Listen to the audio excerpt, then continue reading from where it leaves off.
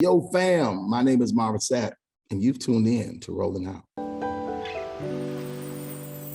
He keeps bringing me peace, purpose along my way. He keeps bringing me peace, purpose every day. What is going on, everybody? My name is Malik Brown, here for Rolling Out. And today I have the pleasure to speak with Bishop Marvin Sapp, gospel music icon. Marvin, how are you doing today? Man, I'm doing very, very well, and I'm thankful, and I appreciate you taking this opportunity to spend a little time with me, talk to me about what's coming up. Always. The pleasure is ours. Thank you for coming and speaking and having some time with us. But of course, today we're here to talk about substance. You're newly well, not newly released yet, but it is coming out in June 10th. Just for the people, let the people know, what does substance mean to you? Well, substance is what I believe that we need to stand on. It's something that's real. It's something that's tangible. And I wanted to make sure that, this particular record was something that people could stand on, something that they can listen to and apply the principles of the song to their lives, or the principles of the songs to their lives, so that the rest of their days could be the best of their days. What kind of inspired you to create this album? Of course, you have so many others, but what was so special about making this one? What was so special to me about making this one is, it's a brand new venture. Number one, this is on my own label. It's not on a major. I've been on a major label. I was on a major label, Sony, for my entire career, for 30 years. So, having the opportunity to branch out and to establish my own label and be able to own my own masters after 30 some odd years of being in the industry, that's one of the things that's exciting about it. The next thing that's really exciting about it, and to me, which is even more important, believe it or not, is that I have the opportunity to grab some young songwriters and partner with them. And it's a blessing to be able to, accomplish some of the musical goals that I've been able to accomplish, and, be celebrated as a multi-platinum recording artist and all of the awards that I won. But all of that really means nothing if you can't go back and grab somebody and help them by using your platform. So that's another reason why I'm so excited about this, is because I pulled together some unknowns, some brand news, and some old schools, and we all came together in a writing retreat and put together this project. And that's what's really so exciting about it to me. We love that. I love that. And I know you talked about, bringing in the young artists, in today's society. How important is it to hear the word from, younger people, that have different ways of expressing, how they, portray the word and things of that nature? It's very important. It's very important, but it's also important that we, as individuals who have been around for a while, that we can at least kind of direct, give instruction, because that's what the Bible really tells us that we're supposed to do.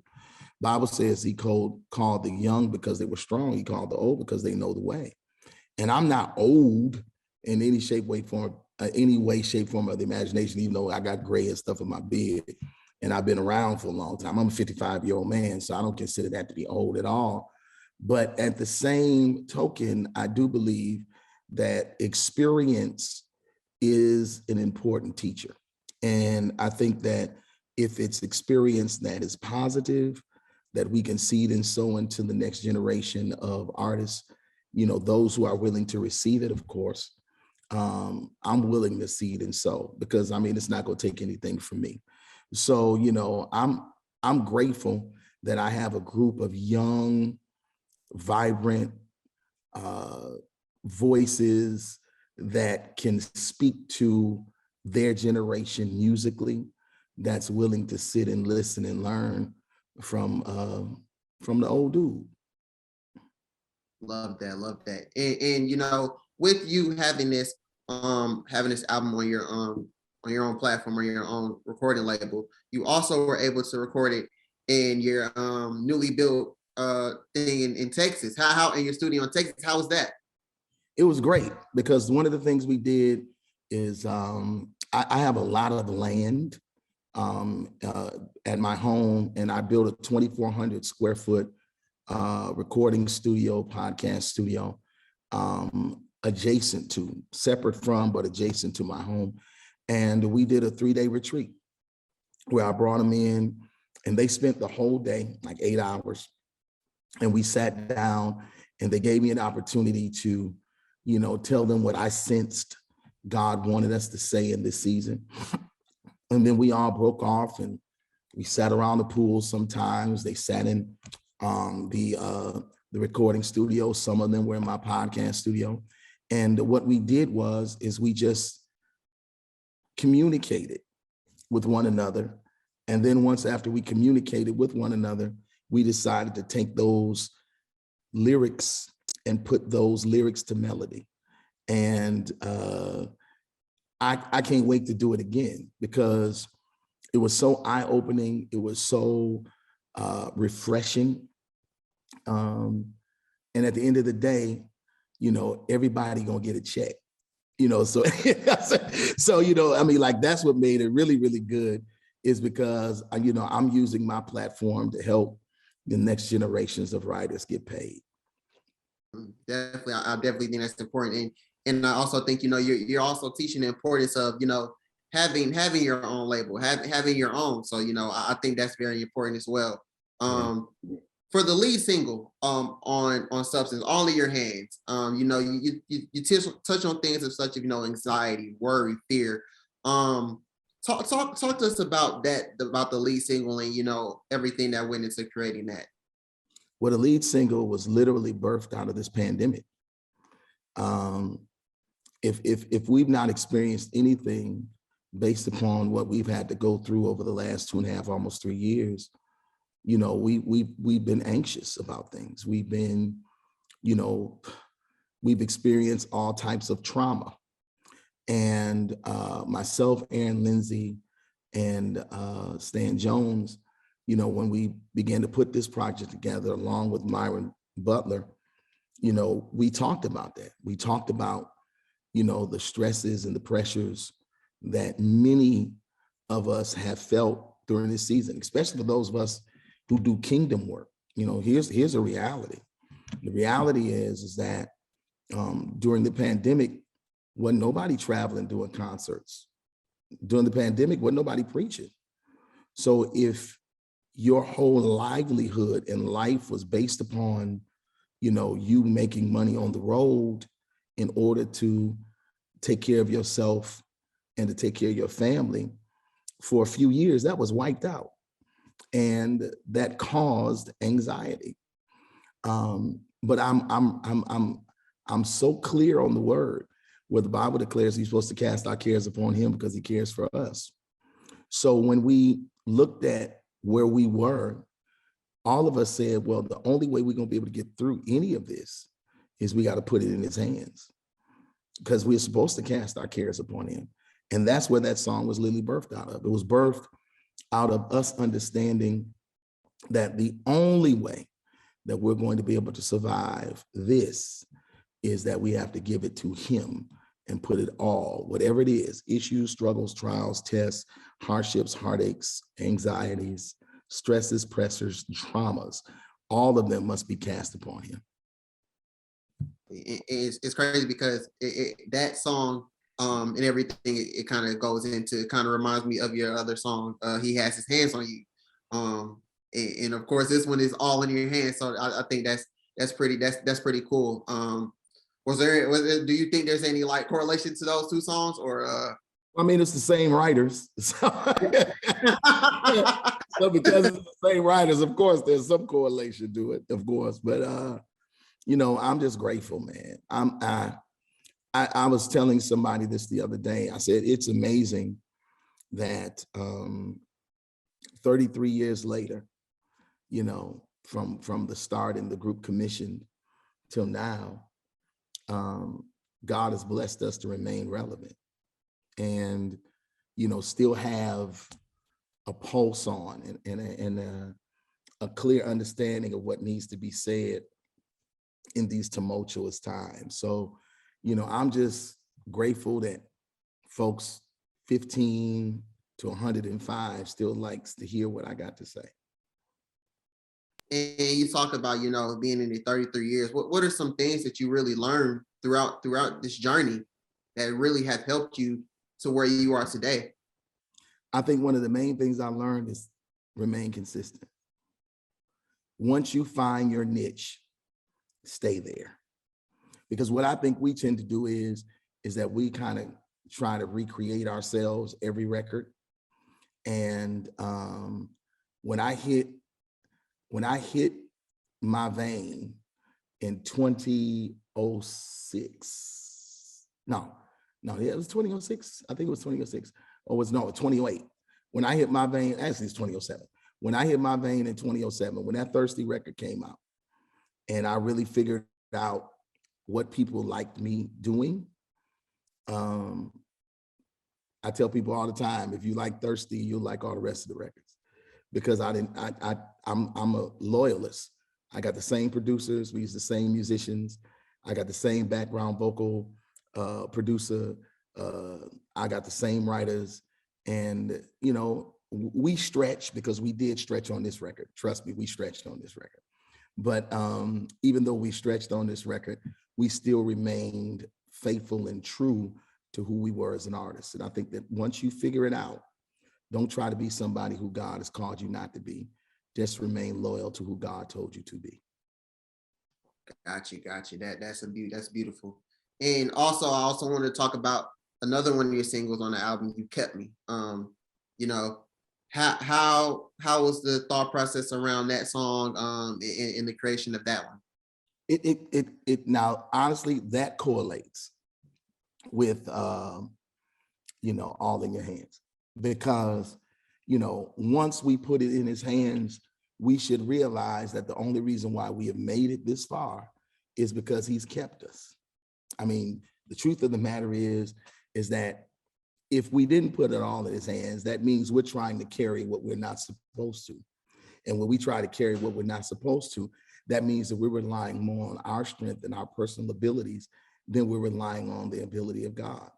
So after casting all your cares upon him and looking back over what could have happened and what should have happened, but thank God it didn't happen, you can declare and decree by testimony, God, you kept me.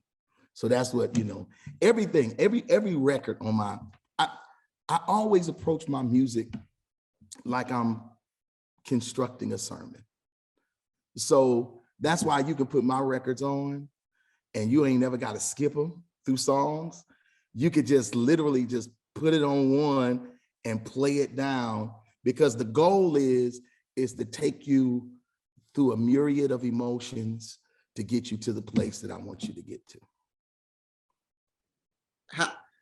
When did you figure out that you could really do that? That you could really that you can make a body of work, no skips, go from 1 to 15, and you're basically telling the story. When did you figure out that you could really do that? I'm a preacher. So everything to me is about approach. So when you're putting together songs and when you put together the CD, you know, one of the things I've always done is I've always come up with a specific theme. What's the theme of my record? What's the theme? What's the message that I'm trying to get across? The message of this record is substance. Note, if you will, that there's not one song on the record called Substance. But the reason why we call the record Substance is because my goal was to give messaging that literally fortified, as well as something that people can stand on and stand up under. So substance was the goal. So since substance was the goal, every song that we did on this particular record had to deal with you being able to stand on and stand up under. So I think differently, because, you know, I tell people all the time, I'm not a singer that preaches, I'm a preacher that sings. So being a preacher that sings, that's why I approach it the way I approach it. And everybody doesn't have that approach. I get it, but you know, I just don't want to do good songs. I want to sing messages. Definitely respect that. You know, looking at this body of work of Substance, what's your favorite thing about this project? My favorite thing again is my team. You know, just being able to use my platform to give people an opportunity. There's a young man that wrote on my record named Diamond Freeman. He's my musical director at my church. There's another young lady named Ebony Williams who sang background and wrote on this record, along with writing on some other major artists that people may not know about. Another young lady named Emmy, you know, Emmy Campbell, who has written major hits for Tamala Mann. But just a young girl from Kansas City, a mother, pastoring a small church with her husband, but she calls me Uncle Bishop. And I mean, it's just using those gifts and saying, you know what, my platform is your platform, because I see your heart and I see your level of integrity. That to me brings me more joy than putting out a record, because what it does is I'm paying it forward. And that's what we're supposed to do, man. I mean, like, you know, so many artists out here don't realize, especially in gospel, don't realize that, you know, God deals in seasons. And the best way to extend your season is to bring somebody into theirs. So, I mean, like, that's what I'm doing. I'm just trying to bring somebody into theirs. You said it best. You got to pay it forward at the end of the day.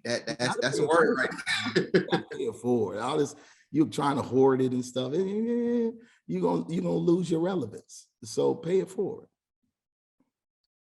Wrapping it up, Bishop. I want to ask you. You know, if you could give 3 tips to that person that's looking for substance in their life, what would those 3 tips be? Tip number 1, seek ye first the kingdom of God. Tip number 2, in his righteousness. And tip number 3, and all these things will be added unto you. Those are the 3 tips that I would give. Love that so much, Bishop. Thank you so much. Before you go, let the people know where they can find the album, where they can find you on social media, anything that nature. And you know, this is your time to promote. Well, my brand new CD comes out on June 10th. You can get it wherever you get your music. I mean, wherever you can get your music. If you don't know where to go get it, you can order it on my personal website, marvinsapp.com. We have a package going on my personal website. You can go to Amazon, you can order through them. For those of us who are old school that want physical copy, because there are some of us that still want physical copy so we can read the credits and all that kind of stuff. You can go get the physical copy through my website as well as through Amazon.com. If you're a streamer, you can get it from any, and I mean absolutely any place where you get your music. You can follow me on the official Marvin Sapp page on Facebook, push like, make sure you look for the 2.9 million people. And please, y'all, look for the blue check. Stop having conversations with people that are not the person that you think you're talking to. No, you're not sending money to help me get my son out of jail. No, I don't have no orphanages. No, you are not my boo. I have been communicating with you. I don't do that via social media. Look for the blue check. Follow me at Marvin Sapp on Twitter and or Instagram. I got 874,000 people that follow me. On Twitter, I got over 500,000. And on Facebook, I got 2.9 million. If you don't see them numbers in the blue check, it ain't me. So stop it. Stop it, please. Okay, but get that CD. I promise you, be blessed to you. Last but not least, and we're going to talk about this later. I'm just going to drop this bug on y'all. I have a biopic coming out on TV1 on August the 21st. It's called Never Would Have Made It, the Marvin Sapp story. But I'll be back. Talk to me, Link, about that later. Definitely can't wait to dive deep into that. Make sure you guys check out everything that Bishop has going on. Substance is coming out June 10th. Make sure you guys go check it out on, if you got a phone, like I said, digital copy, physical copy. Get all three if you can. But thank you, Bishop. Thank I you got so one much, more Bishop. child in college for the next 6 months. I need all y'all help. Help a preacher, please. Bishop, thank you so much for coming on and speaking with us about everything you have going on, man. And continue to do great things, continue to uplift and inspire in everything that you do. Thanks, Malik, man. You have a great day. Always. See you guys. Peace.